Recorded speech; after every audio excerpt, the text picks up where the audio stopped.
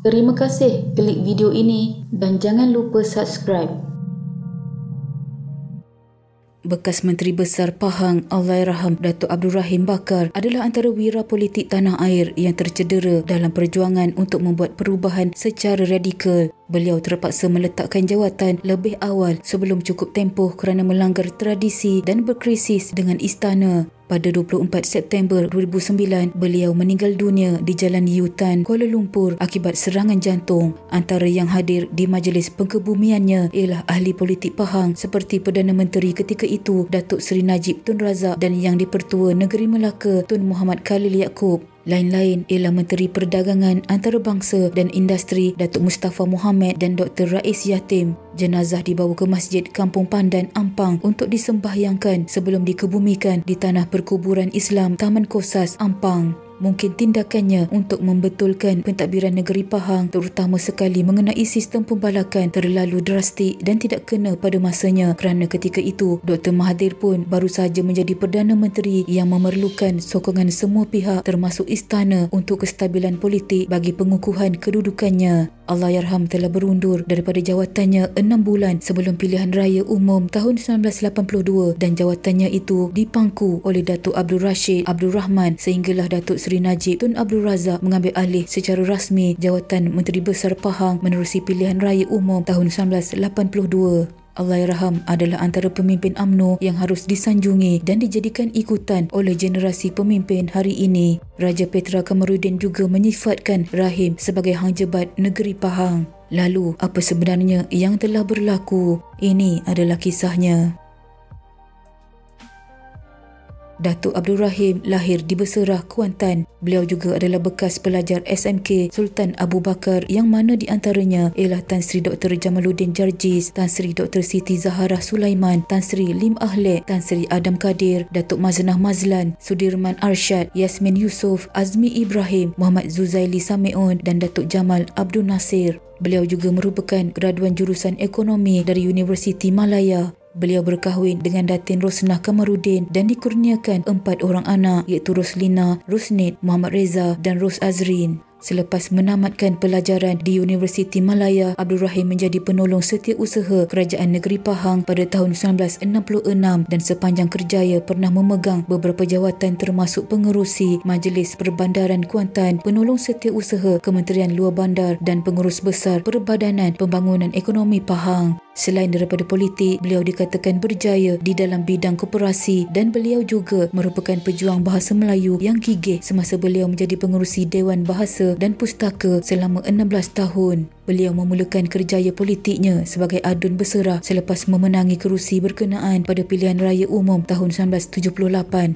Kerjaya politik beliau serta-merta meningkat secara mendadak apabila beliau dilantik sebagai Menteri Besar Pahang ke-10 dari 19 Julai 1978 hingga 7 November 1981. Beliau menjadi Menteri Besar Pahang selama sepenggal sahaja iaitu 3 tahun kerana krisis dengan Sultan Pahang. Beliau masih bergiat aktif dalam politik terutamanya UMNO walaupun selepas meletakkan jawatannya sebagai Menteri Besar antaranya menjadi anggota Parlimen Kuantan setelah memenangi kerusi Parlimen kawasan itu pada pilihan raya umum tahun 1982. Abdul Rahim pernah dipilih beberapa kali sebagai anggota Majlis Tertinggi UMNO mulai tahun 1980 tetapi gagal mempertahankan kedudukannya sebagai anggota Majlis Tertinggi pada pemilihan tahun 1996. Allahyarham pernah dilantik Timbalan Menteri Tenaga, Pos dan Telekomunikasi pada tahun 1984 selama 2 tahun selain menjadi Yang di-Pertua Angkasa sejak Januari 2009. Beliau juga pernah menjadi pengerusi Majlis Amanah Rakyat MARA pada tahun 1982 dan pengerusi Dewan Bahasa dan Pustaka DBP pada tahun 1986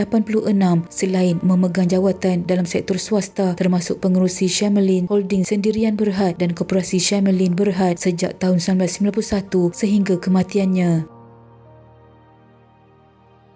Dalam bukunya Krisis Sultan Menteri Besar, Apa Sebenarnya Terjadi, Jamil Waria mencatatkan sekalipun sebagai Menteri Besar, Rahim hadir pada upacara keputeraan Sultan Pahang pada tahun 1980 tetapi beliau tidak dibenarkan berucap dan pada hari keputeraan tahun 1981, beliau langsung tidak dijemput ke upacara itu. Tindakannya yang paling ketara ialah memperkenalkan sistem tender terbuka bagi syarikat-syarikat mendapatkan kawasan pembalakan di Pahang dengan memberikannya kepada syarikat syarikat yang menawarkan harga yang paling tinggi. Beliau jugalah orang yang dikatakan mendurhaka kepada Sultan Pahang melalui keengganan beliau meluluskan kawasan balak tambahan kepada pihak istana. Ini mencetuskan kontroversi antaranya dengan beberapa orang pemimpin politik negeri dan pihak lain yang berkepentingan. Jalan keluar baginya untuk meredakan ketegangan politik di Pahang ialah meninggalkan negeri itu, dan pemergiannya mencatatkan sejarah sebagai seorang pemimpin revolusioner yang tercedera dalam perjuangannya sebagai seorang menteri besar yang kontroversi tetapi berkredibiliti. Bagaimanapun, dalam masa yang singkat, beliau telah meninggalkan jasa yang besar, terutama sekali dari segi membangunkan bandar-bandar kecil untuk penempatan peniaga-peniaga Melayu sekalipun tidak terlaksana sepenuhnya, tetapi menampakkan visinya yang jelas. Beliau berpandangan orang Melayu tidak mampu bersaing dengan peniaga bukan Melayu yang telah lama bertapak di sesuatu kawasan kecuali dibangunkan bandar baharu beserta pembangunan kawasan perumahan bagi mereka yang sanggup berpindah. Dalam kebanyakan tindakannya yang radikal, beliau terlebih dahulu merujuk kepada Perdana Menteri Hussein Onn yang merestui dan menjadikan beliau berani dan bertegas.